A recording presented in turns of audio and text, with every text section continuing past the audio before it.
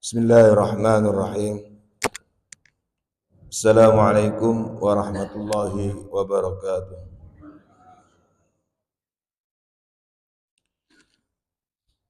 Alhamdulillah,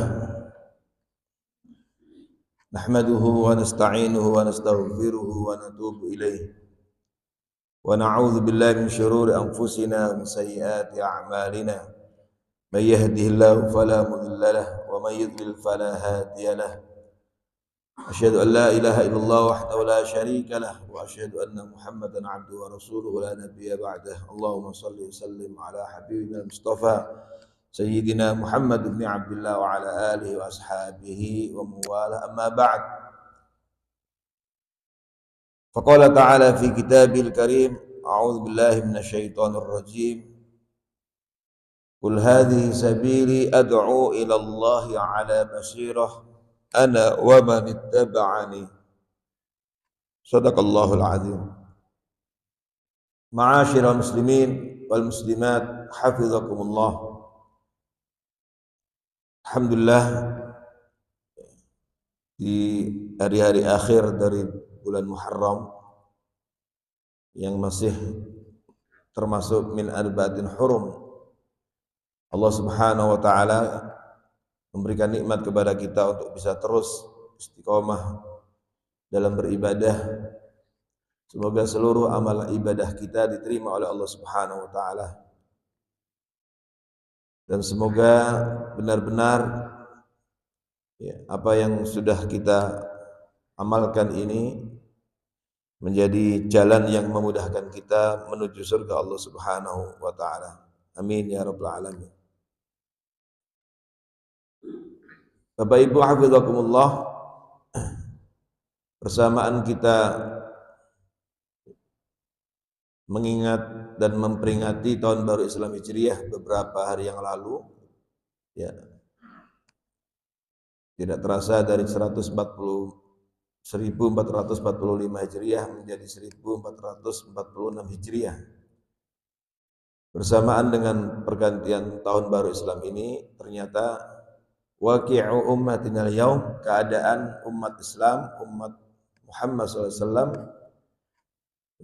hingga hari ini masih kita saksikan beragam problematika, permasalahan yang menyelimutinya.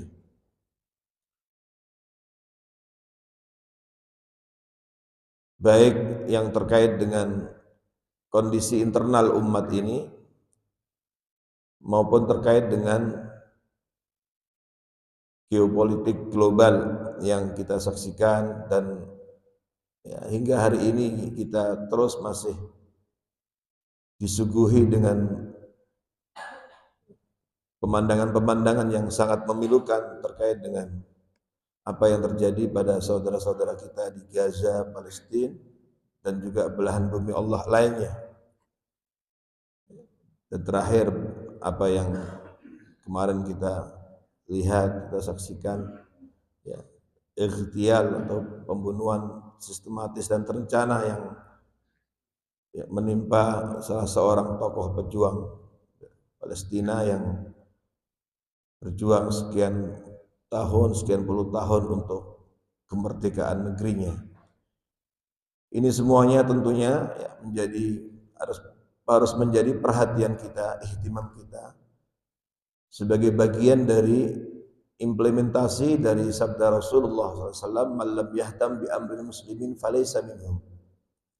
Nabi SAW telah memberikan arahan, taujih kepada kita bahwa siapa yang tidak memberikan perhatian terhadap urusan saudara-saudaranya sesama muslim dimanapun, falaysa minhum, maka dia tidak termasuk di antara mereka. Artinya informasi, berita, permasalahan, dan apapun yang terjadi pada umat Islam, kaum muslimin dimanapun berada, itu harus menjadi atensi dan perhatian kita. Karena memang itulah bagian dari wujud nyata kejujuran keimanan kita kepada Allah Subhanahu wa taala. Karena innamal mu'minuna ikhwah. Tapi ada satu hal yang barangkali menarik, dan ini banyak ditulis di berbagai macam media. Bahkan ada pernyataan-pernyataan dari ya, tokoh-tokoh ya, dunia dan bahkan banyak orang-orang non-muslim yang ya, memberikan pernyataan komentar yang hingga hari ini mereka penasaran apa yang menjadikan saudara-saudara kita di Gaza, Palestina itu yang hidup dalam wilayah teritorial 45 km persegi. Bapak Ibu bayangkan 45 km persegi luas wilayah Gaza itu, dan dihuni oleh oleh sekitar 2,5 juta penduduk. Hingga hari ini yang sudah memasuki 3 bulan lebih dari 7 Oktober hingga hari ini, mereka begitu gigih, tidak menyerah dan bahkan terus melakukan perlawanan terhadap penjajah Zionis Israel. Dan ketika berbicara melawan Zionis Israel, mereka bukan melawan kekuatan kecil, yang dilawan itu kekuatan besar. Karena kita semuanya faham, tahta sam'i wa basaril alam, bahkan ini di bawah pendengaran dan penglihatan dunia, siapa di belakang Zionis Israel. Negara-negara besar, negara superpower yang mensupport berbagai macam persenjataan dan lain sebagainya. Tetapi hingga hari ini ternyata mereka juga masih mendapatkan perlawanan yang luar biasa dari para pejuang-pejuang kita di Palestina. Lalu kita melihat juga kesabaran dan ketabahan penduduk Gaza hingga hari ini yang juga luar biasa. Ya. Mungkin bapak-bapak ya yang sudah sepuh, ya, yang pernah mengalami masa-masa penjajahan, ya, sebelum kemerdekaan, barangkali kalaulah tidak mirip, mungkin pernah mengalami masa-masa sulit seperti itu. Nah, yang jadi pertanyaan mereka, dan ini banyak ditulis berbagai macam media, apa yang menjadikan mereka bisa kokoh, sabar seperti itu? Dan inilah yang juga harus kita ambil sebuah pelajaran. Momentum hijrah, momentum tahun baru Islam Hijriah ini juga harus menjadi ya bagian yang pelajaran buat kita semuanya, apalagi ditambah dengan sekarang sudah memasuki Agustus ya, yang biasa setiap kali bulan Agustus kita sering diingatkan tentang nikmat kemerdekaan yang Allah anugerahkan kepada negeri ini. Nah, disinilah muncul banyak pertanyaan. Tetapi dalam perspektif Islam, kalau kita membaca ya, taujihat Qur'aniyah, taujihat ilahiyah, dan taujihat nabawiyah, aran-aran Allah Subhanahu wa taala di dalam Al-Qur'an dan taujih-taujihnya maupun dalam hadis Rasulullah SAW. Sesungguhnya Allah Subhanahu wa taala telah menyampaikan. Hanya masalahnya mungkin ada di antara kita yang tidak mengerti atau mengerti tetapi dalam penerapan keseharian kita ini yang mungkin belum maksimal. Sementara sebagian saudara kita di sana memahami itu dan kemudian menerapkan dalam kehidupannya secara maksimal, sehingga muncullah keajaiban-keajaiban yang tadi itu yang membuat penasaran banyak orang. Sabat, kokoh, istiqomah ya. Dan luar biasa kegigihannya ya. Sehingga apa yang terjadi ini merontokkan asumsi-asumsi dan apa yang dulu digembar-gemborkan, negara yang tidak mungkin pernah dikalahkan, kekuatan senjatanya dahsyat dan lain sebagainya, tapi ternyata sekarang terlihat kelemahannya, terlihat ya, bagaimana mereka merasakan sendiri berhadapan dengan para pejuang di lapangan itu luar biasa dahsyat ya. Sehingga muncullah kata sebagian pembesar militer mereka masuk Gaza itu terowongan-terowongannya itu seperti laba-laba, sering dikejutkan dengan kejutan-kejutan yang luar biasa ya. Terlepas kita lihat beberapa saudara kita kaum muslimin di belahan bumi yang Allah yang lain selalu mensupport dengan doa-doa, dan doa-doa yang selalu dipanjatkan diantaranya ada doa-doa yang mereka menyampaikan dengan tangisan, tetesan air mata, mensupport saudaranya Dan kalau Bapak Ibu mendengar doa-doa saudara-saudara kita yang di belahan bumi Allah yang lain, termasuk apa yang selalu juga kita lakukan di Indonesia ini dengan doa-doa itu, salah satu doa itu adalah mungkin bagian dari ya melihat keterbatasan apa yang mereka miliki adalah Allahumma arina fihim ajaiba qudratik. Salah satu doa itu adalah memohon kepada Allah, ya Allah perlihatkan kepada musuh-musuh ya, yang telah melakukan perbuatan zalim, biadab dan seterusnya, yang sudah ada keluar keputusan dari mahkamah internasional tapi diabaikan, yang sudah mengarah kepada genosida dan seterusnya, itu apa? Allahumma arina fihim ajaiba qudratik. Ya Allah perlihatkan kepada kami, kepada kita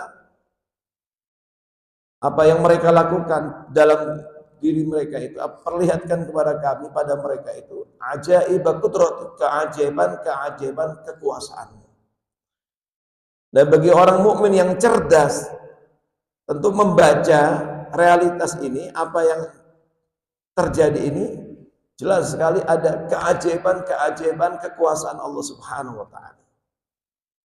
Karena kalau dibandingkan itu sangat-sangat tidak sebanding.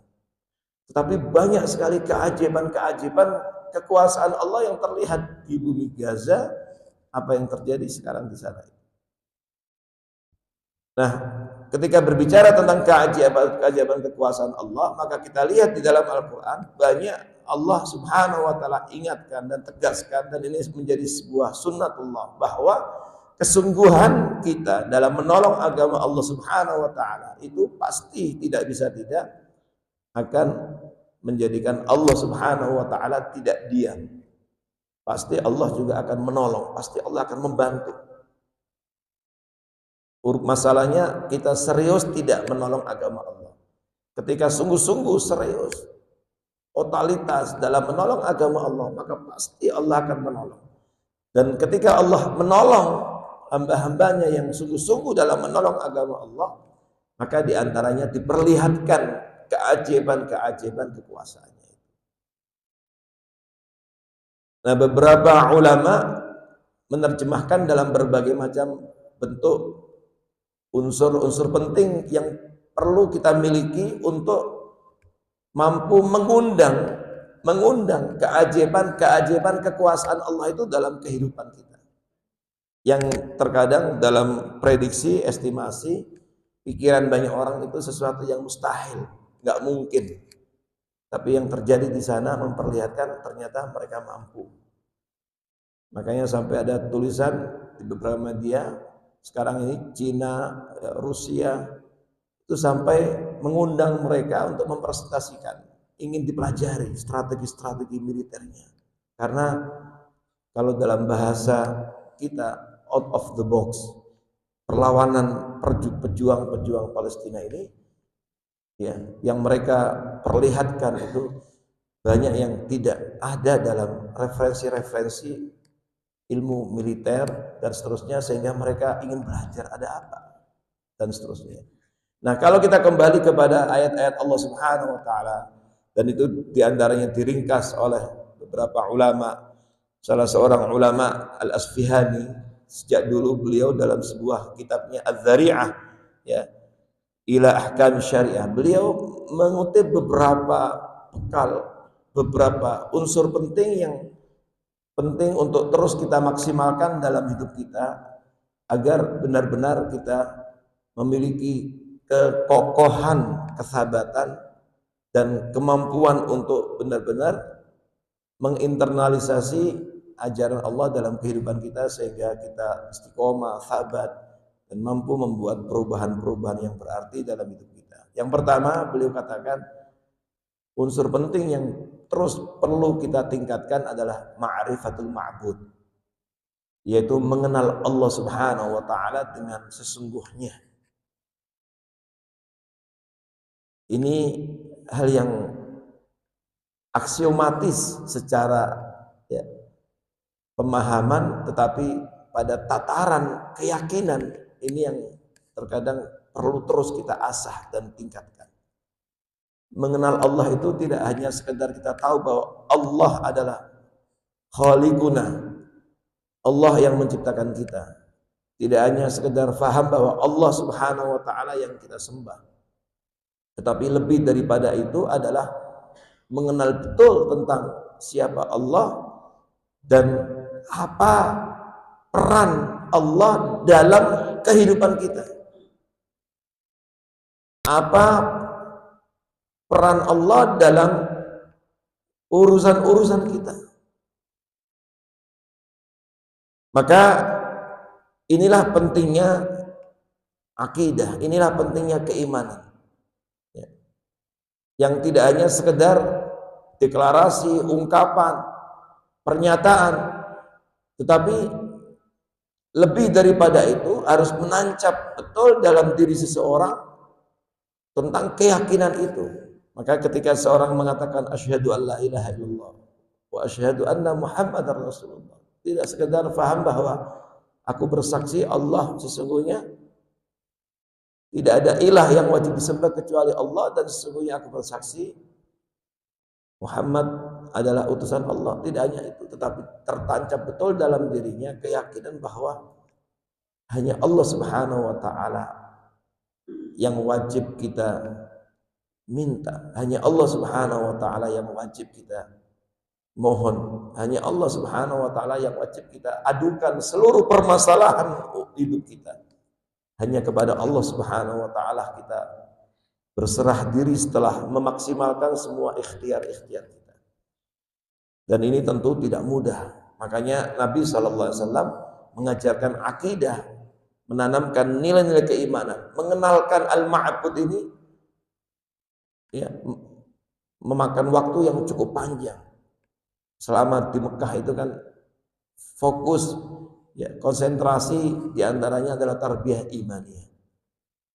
Maka ini penting untuk terus kita tanamkan dalam diri kita, keluarga kita, anak-anak kita, untuk betul-betul mengenal Allah Subhanahu wa taala, menanamkan nilai-nilai tauhid, menanamkan nilai-nilai keimanan.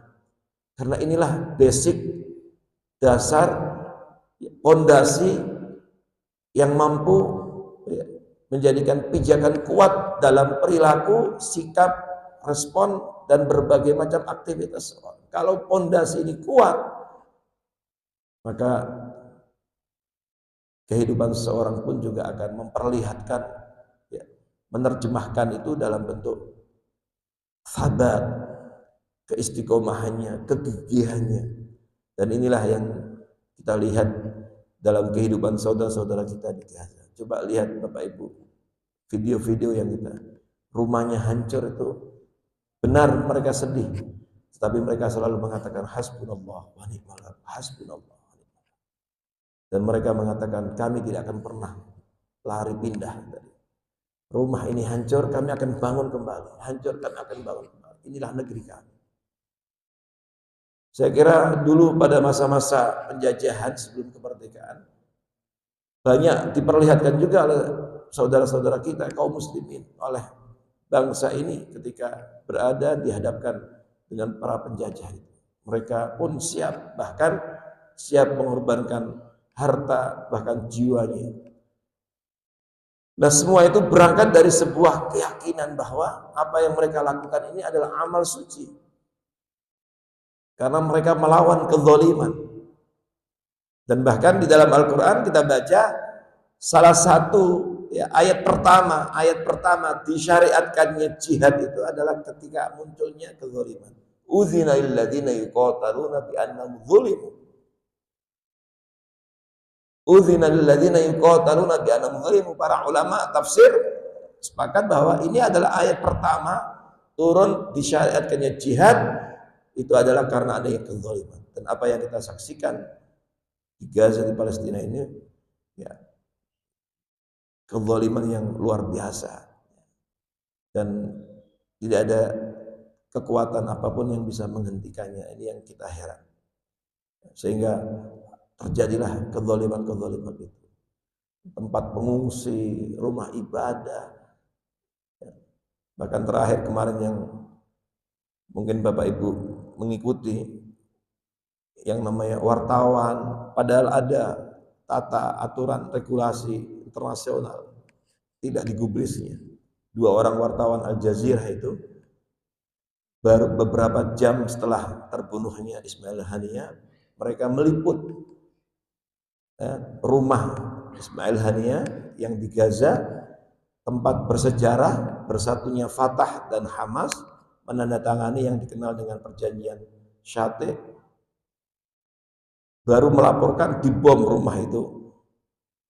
Kemudian melaporkan lagi runtuhnya rumah itu, kemudian dibom lagi, dan kemudian diingatkan untuk keluar atau untuk menghindar tempat itu, dan mereka kemudian mengikuti instruksi itu, menghindar dari tempat itu. Rupanya mobil mereka yang sudah tertulis dengan jelas sebagai wartawan dan pakaian mereka pun wartawan ternyata diincar dan kemudian dirudal sehingga keduanya menemui syahidnya. Ya.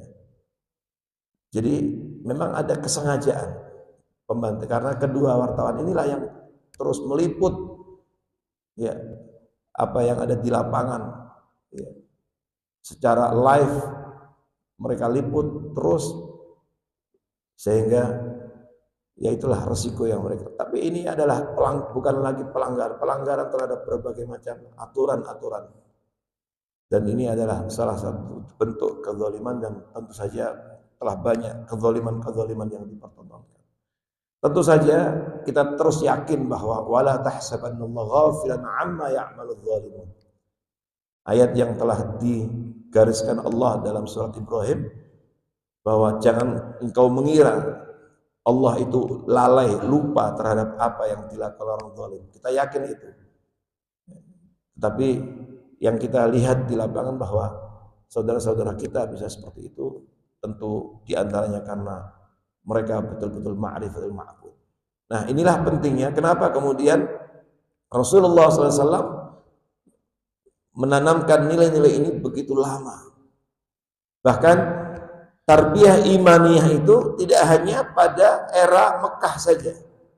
Yang kita lihat ayat-ayat surat yang termasuk bagian dari Madaniyah pun ternyata juga terus Allah Subhanahu wa taala perintahkan untuk menguatkan keimanan itu. Makanya di antara ayat dalam surat An-Nisa, dan surat An-Nisa itu adalah Madaniyah, adalah firman Allah Subhanahu wa taala, ya ayyuhalladzina amanu aminu billah. Wahai orang-orang beriman, berimanlah kepada Allah. Ya, tentu saja ada pertanyaan. Perintah kepada orang beriman untuk beriman. Ini apa maksudnya bagaimana? Apa maksudnya ini? Wahai orang-orang beriman, aminu billah, berimanlah kepada Allah. Para ulama tafsir mengatakan, wahai orang beriman, terus perkokoh iman kalian. Terus pertahankan iman kalian. Terus tingkatkan iman kalian. Makanya salah satu kewajiban kita adalah terus tiada henti untuk meningkatkan keimanan ini. Majelis-majelis seperti ini, sholat, ibadah, baca Quran, beragam amal ibadah, birrul walidain, amal-amal soleh, itu semuanya adalah wasail li taqwiyatil iman. Karena menyadari bahwa iman ini memang harus dirawat, dikembangkan, sebab dia mudah sekali untuk turun. Maka kita mengenal dengan istilah fluktuatif iman, bisa naik, bisa turun. Nah, karenanya ma'rifatul ma'bud ini adalah terus dan itulah yang terus ditanamkan oleh Allah Subhanahu wa taala Al-Qur'an. Maka fafirru ilallah inni lakum min nadhirum mubin. Fafirru ilallah, hendaknya kita lari kepada Allah. Ada kesulitan, ada permasalahan, ada problematika, lari kepada Allah, mengadu kepada Allah. Dengan mengadu dengan sungguh-sungguh. Nanti kemudian Allah pasti mendengar. Dan kemudian muncullah keajaiban-keajaiban kekuasaannya yang tidak pernah kita prediksi. Dan itulah keyakinan yang tentu perlu terus kita tanamkan dalam diri kita. Pada zaman Rasulullah SAW juga telah Allah perlihatkan keajaiban-keajaiban kekuasaannya itu. Dan itu adalah muncul, datang, hadir ajaib qudratillah, keajaiban kekuasaan Allah setelah hamba-hambanya benar-benar mengenal Allah dengan baik dan meyakini dengan benar, maka Allah turunkan keajaiban kekuasaannya.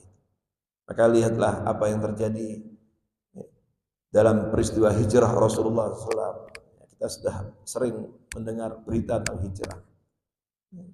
Pada saat Nabi hijrah itu kan Nabi singgah di Gua Thur dulu sebelum berangkat menuju Madinah, sengaja singgah di situ selama 3 hari 3 malam.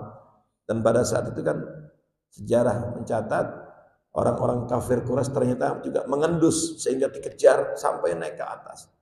Gua Thur itu Bapak Ibu cukup jauh di atas. Bahkan jejak atau kaki orang-orang kafir itu sudah ada di depan pintu gua. Makanya Abu Bakar radhiyallahu anhu sampai ketakutan sekali. Sehingga di dalam Al-Quran disinggung tentang itu, yaitu surat At-Taubah ayat 40 itu.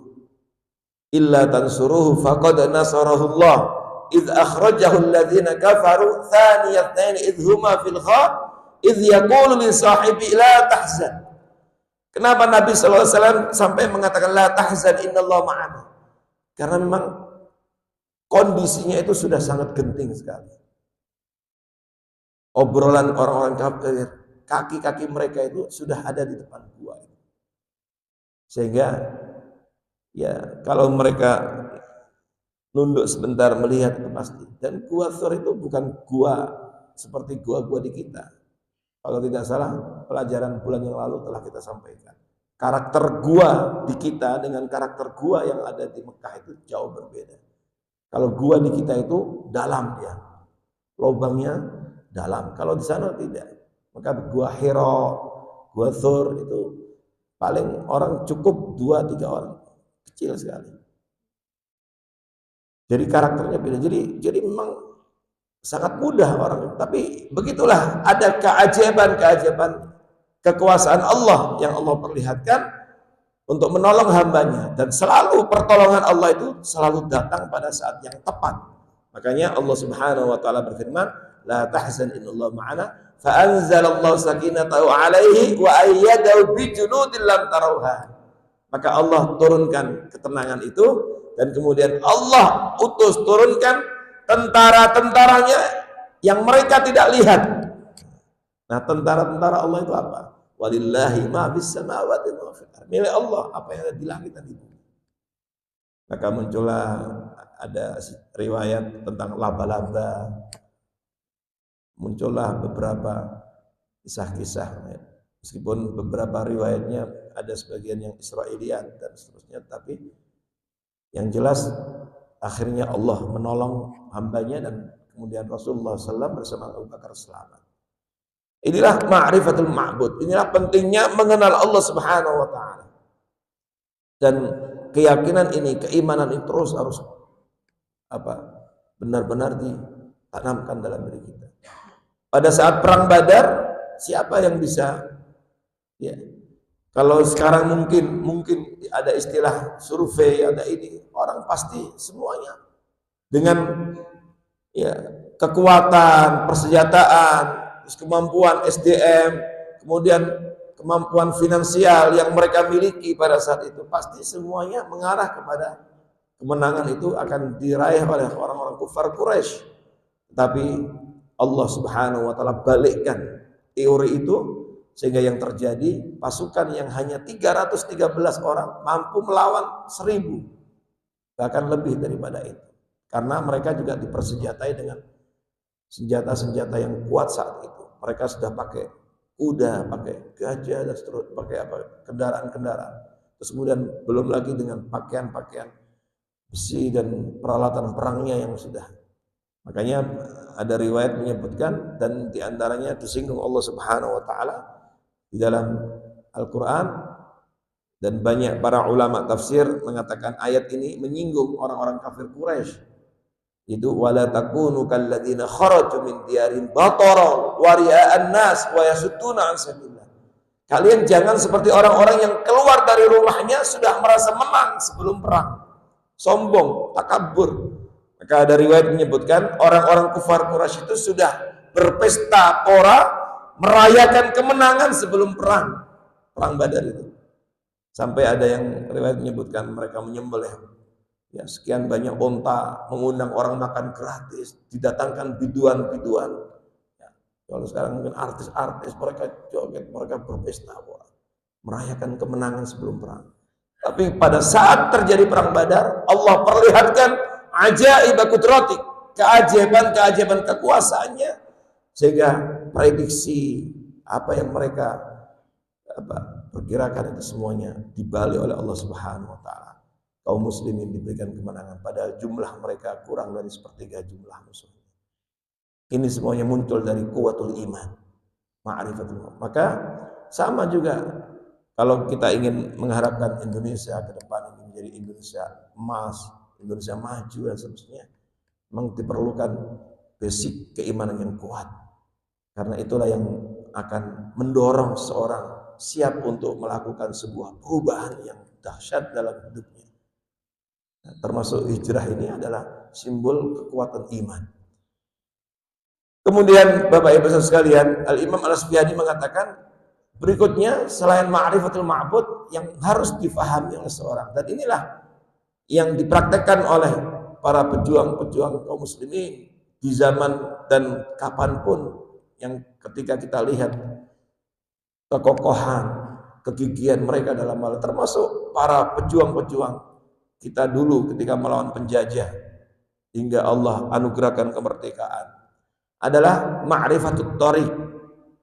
Yang kedua adalah memahami karakter jalan yang ditempuh. Kalau seseorang, ya ini momentum pergantian tahun, ingin betul-betul menyongsong masa depan yang lebih baik, Indonesia emas atau Indonesia maju, atau kehidupan keluarga kita yang lebih baik, untuk mengimplementasikan spirit hijrah dalam kehidupan kita, maka kita harus tahu bahwa inna thariqal hijrah, bahwa jalan menuju perubahan yang lebih baik itu laisat mafrusyatan bizuhur wal utur. Dia bukan jalan yang dipenuhi dengan bunga-bunga dan wewangian. Jadi bukan jalan yang nyaman. Bukan jalan yang nyaman. Apa yang kita lihat di Gaza ini adalah hasil tempaan, ya, gemblengan tarbiyah yang sekian panjang lama dilakukan oleh Syekh Ahmad Yasin. Bapak Ibu, 40 tahun yang lalu Bapak Ibu lihat berita profil siapa Syekh Ahmad Yasin, yang juga dibunuh oleh Israel. Dan pada saat itu untuk membunuh seorang Syekh Ahmad Yasin itu, waktu dia dibunuh secara sistematis oleh Israel itu, beliau dalam keadaan udah sepuh. Kalau beliau bicara, suaranya itu nggak begitu jelas. Duduk di atas kursi roda. Dan sudah berkali-kali dilakukan upaya pembunuhan terhadap Syekh Ahmad Yasin, nggak berhasil. Terakhir berhasilnya itu ketika beliau keluar sholat subuh. Dan untuk membunuh orang yang sudah sepuh tua ini, Israel mengerahkan pesawat-pesawatnya. Helikopter, itu kan dibunuh dengan helikopter Apache atau apa itu. Kemudian jadi dikerahkan kekuatan luar biasa. Sebelumnya sudah ada upaya untuk membunuh beliau, nggak berhasil. Nah terakhir itu ketika beliau keluar sholat subuh bersama dengan putranya, dan akhirnya berhasil dibunuh, dan tidak dengan senjata biasa, dikerahkan helikopter dan seterusnya, dan akhirnya beliau syahid. Beliau udah sepuh, suaranya juga tidak begitu jelas terdengar ketika beliau bicara, tetapi luar biasa, menjadi orang nomor satu yang ditarget oleh musuh Islam. Apa harismatiknya? Beliau inilah yang mengobarkan intifadah itu, yang kemudian ya lahirlah pejuang seperti Hamas sekarang ini. Itu adalah merupakan anak-anak dan murid-murid dari Syekh Ahmad Yasin. Dan dalam prediksi beliau, ya, bahwa apa yang terjadi sekarang ini menunjukkan semakin lemahnya Israel itu, ya. Sehingga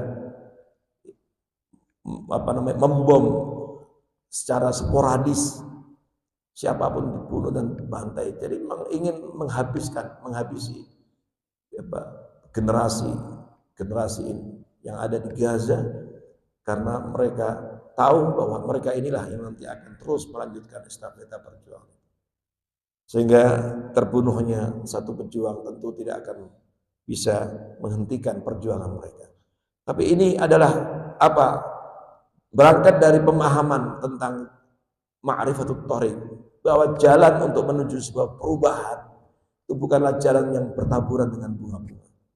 Dulu para pejuang kita untuk meraih kemerdekaan ini memahami itu, sehingga mereka siap hidup dalam keterbatasan, tidak dimanja dengan berbagai macam fasilitas, hidup dalam kesusahan, hidup dalam ketidaknyamanan, keterbatasan, siap mereka menjalani kehidupan itu dan siap bertahan dalam kurun waktu yang lama. Dan itulah yang ditunjukkan oleh saudara-saudara kita di sana. Hidup penjajah, dijajah, seterusnya. Maka Allah Subhanahu wa taala ingatkan seperti dalam ayat yang tadi saya baca, surat Yusuf ayat 108, "Qul hadhihi sabili ad'u ila Allah 'ala basira ana wa man taba'ani." Jadi inilah jalanku.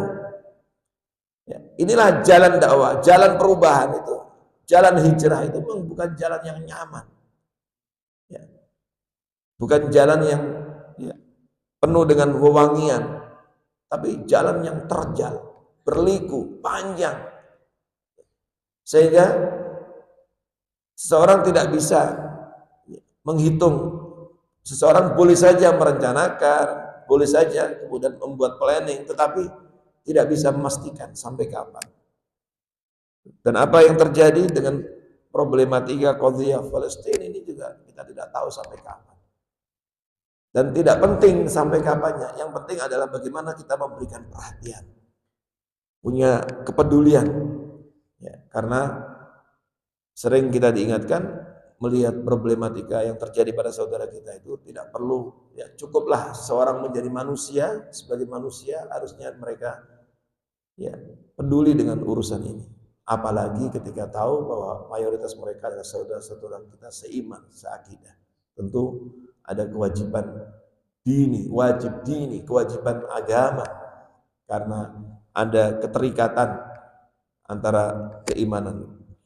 Tapi untuk bangsa Indonesia sering diingatkan, ya, kita juga ada wajib tarikhi, ada kewajiban sejarah.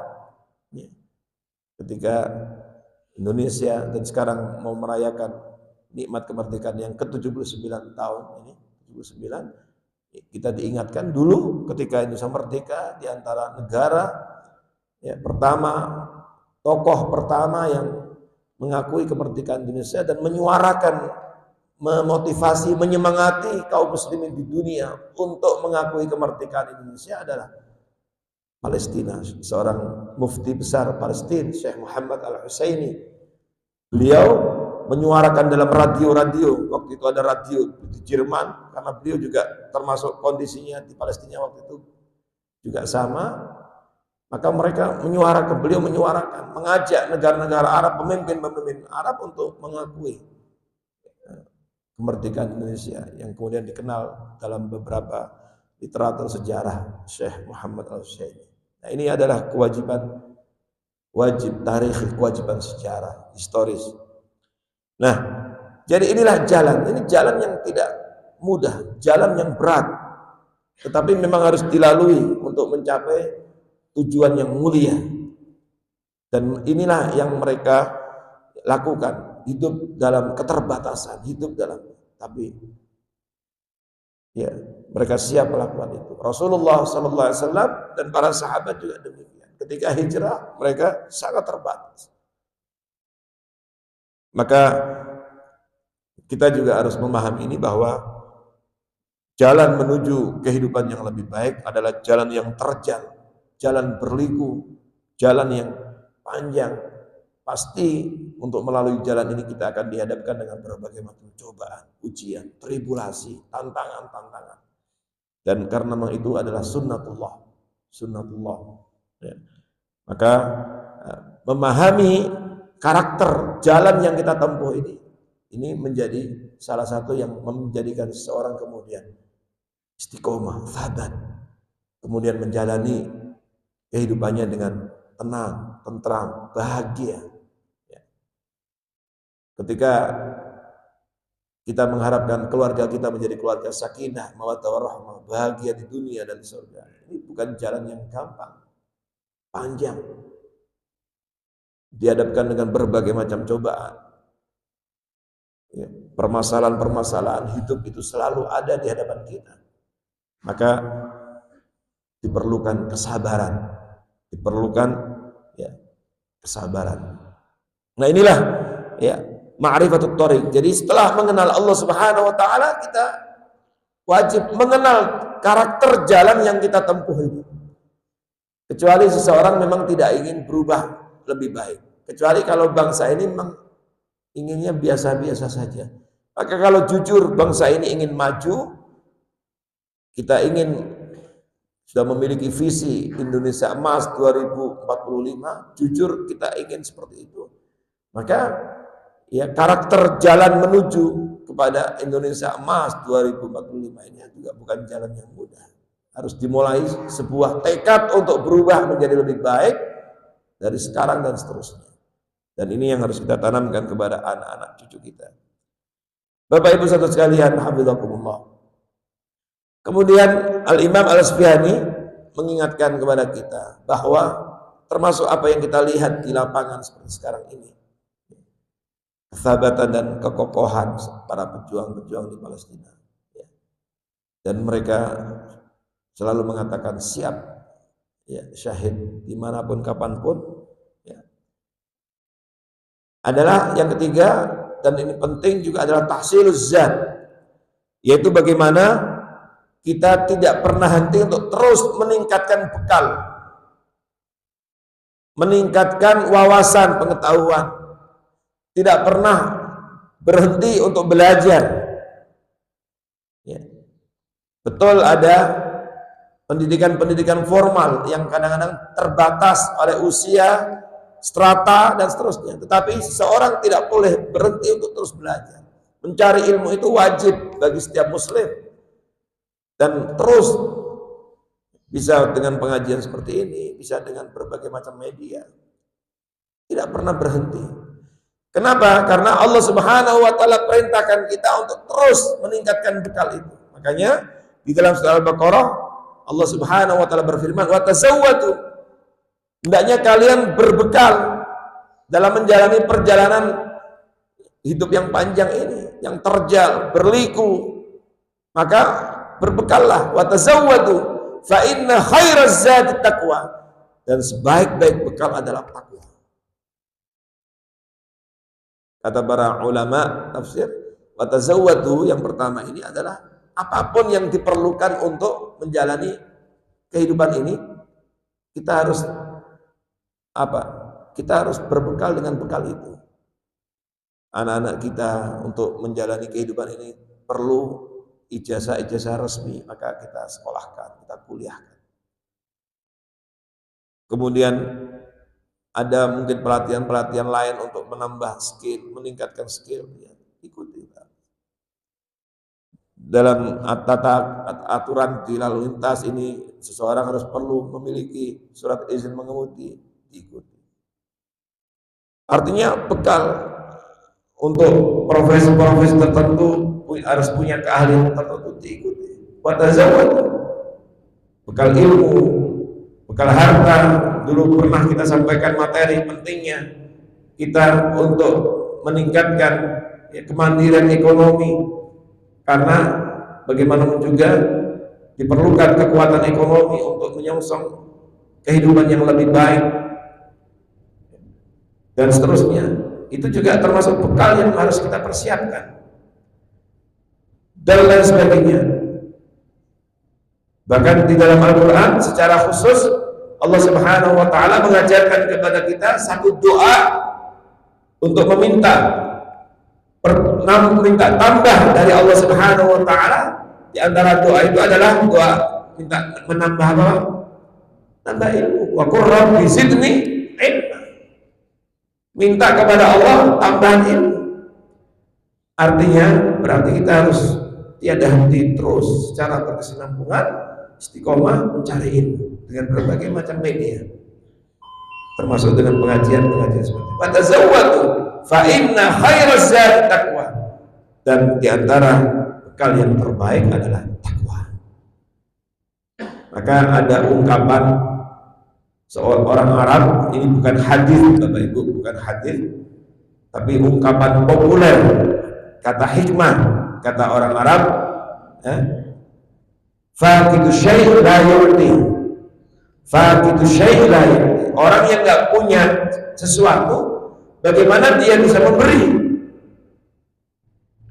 Kalau orang tidak pernah mau belajar meningkatkan kualitas dirinya, bagaimana dia bisa memberikan nilai kemanfaatan yang besar untuk orang lain? Kalau orang tidak mau mengembangkan potensi-potensi yang ada dalam dirinya, bagaimana kemudian dia bisa tampil memiliki peran untuk memberikan banyak kontribusi untuk kebaikan dirinya, keluarganya, masyarakat, bangsa dan negaranya? Maka di sini pentingnya tahsiluz zat. Terus tiada henti kita meningkatkan bekal kita dengan belajar dan belajar, membaca dan terus menimba ilmu melalui berbagai macam media dan menggunakan berbagai macam sarana. Terakhir Bapak Ibu sekalian, kata Imam Al-Asbihani, di antara hal yang penting, dan inilah yang kita lihat di lapangan seperti dicontohkan oleh para pejuang-pejuang Palestina saat ini, sehingga mereka tidak gentar menghadapi musuh dengan kekuatan besar, bahkan di belakangnya disupport oleh negara-negara besar, ya, adalah al-mujahadah fil usul, yaitu kesungguhan untuk mencapai tujuan itu, adanya mujahadah, kesungguhan. Dan inilah yang kemudian Allah buka itu, kesungguhan mereka belajar, kesungguhan mereka berjuang. Akhirnya Allah perlihatkan, berikan kemudahan, mereka mampu memproduksi rudal-rudal, mereka mampu memproduksi senjata yang Bapak Ibu lihat dalam video-video itu, sniper mereka itu yang senjata yang mereka gunakan itu jaraknya itu ada yang sampai 2 kilo. Tentara, video-video yang kita lihat, tentara Israel mampu dilumpuhkan, ditembak dalam jarak itu, produksi sendiri itu 2 kilo jaraknya, luar biasa. Kenapa? Sampai mujahadah. Allah menjamin walladzina jahadu fina lanahdiyannahum subulana. Siapapun yang bersungguh-sungguh di jalan kami, sungguh-sungguh berjuang, sungguh-sungguh berdakwah, sungguh-sungguh menolong agama Allah, lanahdiyannahum subulana. Allah menjanjikan kami akan tunjukkan jalan-jalan kemudahan itu. Wa innallaha ma'al muhsinin, dan sesungguhnya Allah bersama dengan orang yang berbuat baik. Makanya ada ungkapan menjanda wajada, siapa yang sungguh-sungguh pasti akan menemui hasilnya, pasti akan sukses, berhasil. Begitu pula dalam berjuang dakwah, ya. Maka ini yang harus kita tanamkan kepada anak-anak kita, bagaimana pentingnya untuk mujahadah, kesungguhan. Karena kesungguhan adalah kunci kemenangan, kunci kebahagiaan, kunci keberhasilan. Dan mujahadah ini adalah mengundang hadirnya pertolongan Allah, bantuan dari Allah, termasuk diantaranya menghadirkan keajaiban kekuasaan Allah Subhanahu wa Ta'ala yang terkadang bagi sebagian orang mustahil, tapi ternyata itu bisa terjadi. Wallahu a'lam bishawab. Inilah Bapak Ibu sekalian, kita terus jangan lupa mendoakan saudara-saudara kita di Palestina, karena mereka sampai hari ini masih mengalami kezaliman, dan terus kita sertakan dalam doa-doa kita untuk mereka, dan kita mudah-mudahan ya, Allah Subhanahu wa Ta'ala memberikan pertolongan kepada mereka, dan mudah-mudahan ini ya kita bisa ya menyampaikan uzur di hadapan Allah Subhanahu wa Ta'ala bahwa kita ikut menolong, membantu, support dan mendoakan mereka, dan semoga Indonesia, negeri yang kita cintai ini, Allah berikan rahmat, taufik, sehingga mampu untuk mewujudkan cita-cita terbaiknya untuk kebaikan bangsa dan negara kita dan kebaikan anak cucu kita ke depan. Amin ya rabbal alamin. Baik Bapak Ibu, sebelum kita tutup, kalau ada yang mau tanyakan, persilakan.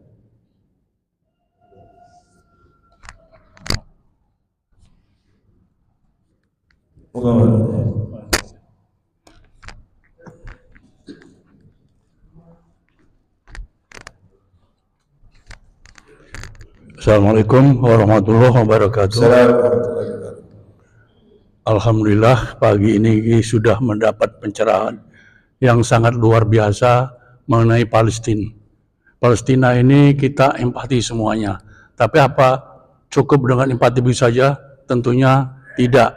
Kita harus berakar kepada petunjuk Allah. Tadi sudah disebutkan harus mengenal benar-benar Allah itu siapa, mempunyai kekuatan apa.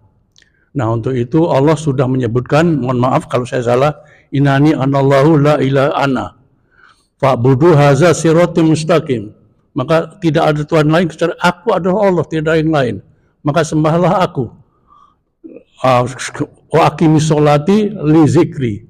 Kalau apa, sholatlah kalian untuk ingat aku. Nah ini sudah dilakukan semua untuk umat Islam. Hanya kekurangannya menurut analisa saya, mohon maaf mungkin saya salah. Wa ta'awanu 'alal birri, tolong-tolongan dalam kebaikan inilah yang kurang. Karena apa? Di Timur Tengah ini negara Islam tidak seluruhnya mendukung. Padahal musuh Palestina adalah dia menjalankan wa ta'awanu 'alal birri wa taqwa. Amerika, Israel. Nah, mungkin analisa ini sangat salah, tapi sekarang udah mulai kelihatan sedikit, tapi belum menyuruh syarat tolong menolongnya untuk bisa memenangkan dalam memperjuangkan kehidupan Palestina. Mohon penjelasan lebih lanjut, terima kasih. Baik, terima kasih. Jazakallahu khairan, mengingatkan kepada kita pentingnya ya, untuk terus meningkatkan ta'awun kita dalam kebaikan dan takwa.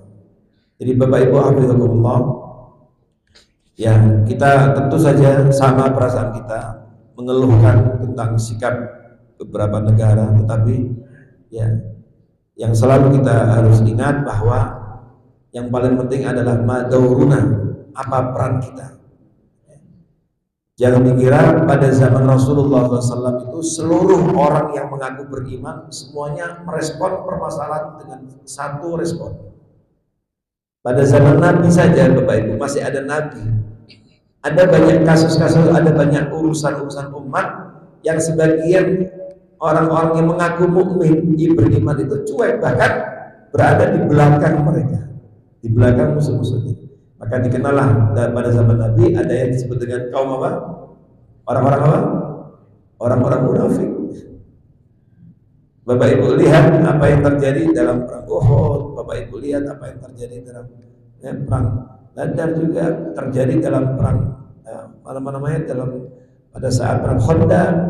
Makanya begitu banyak ayat menceritakan tentang orang-orang munafik itu. Maka bahkan sampai ada surat khusus namanya surat Al-Munafikun. Surat Al-Anfal, surat At-Taubah itu isinya juga banyak menguat tentang surat orang munafik. Bahkan baru membaca Al-Quran setelah surat Al-Fatihah masuk ke surat Al-Baqarah kita baca, itu nggak lama setelah itu ada ayat tentang orang-orang munafik, wa minan nas dan seterusnya. Jadi karena itu ya kita jangan terlalu berlebihan ketika melihat ada beberapa negara, ada beberapa tokoh atau mungkin responnya beda dengan berbagai macam problematika umat, ya kita tidak perlu terlalu heran karena pada zaman Nabi yang paling penting adalah kita, bagaimana kita dan terus kita sampaikan dan kemudian kita terus ajarkan kepada anak-anak kita, masyarakat kita.